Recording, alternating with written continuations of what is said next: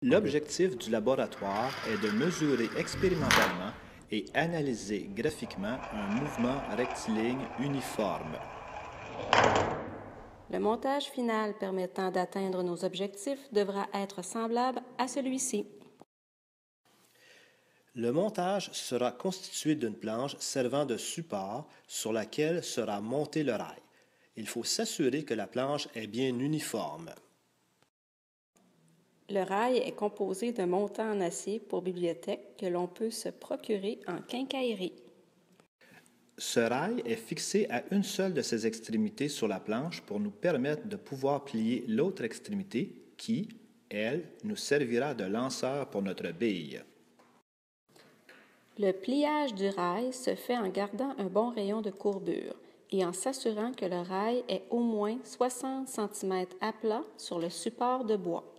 Nous utilisons une bille et un rail en métal afin de minimiser les pertes de vitesse qui auraient été engendrées par friction. Les marqueurs de position nous aideront pour la prise de mesure lors de notre expérience. Avant de débuter les mesures, il faut s'assurer que le montage est bien au niveau.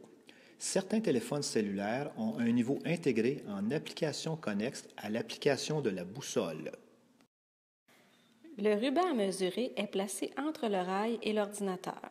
Les marqueurs de position sont placés à 20, 40 et 60 cm pour faciliter la lecture. Un butoir est installé en fin de parcours. Il s'agit de filmer le déplacement d'une bille le long d'un rail. L'ordinateur est utilisé comme chronomètre pour mesurer le temps. Différents sites de chronomètres en ligne peuvent être utilisés pour mesurer le temps. L'un des coéquipiers part le chronomètre sur l'ordinateur et s'installe ensuite pour filmer l'expérience. Le champ de vision devra couvrir le passage de la bille sur la partie horizontale. Le second coéquipier laisse la bille partir du haut du lanceur. Celle-ci sera animée d'un mouvement rectiligne uniforme sur la partie horizontale du rail.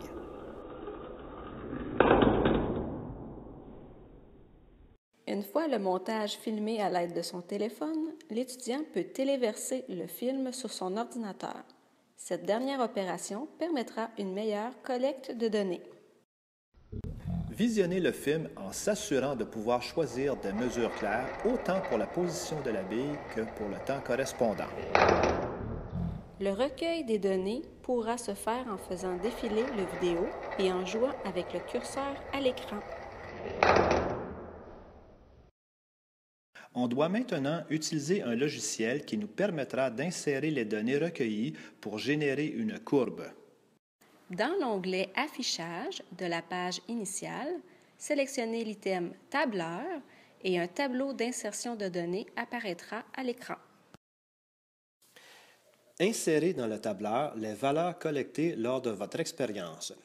Il se peut que le format de la cellule arrondisse les nombres inscrits.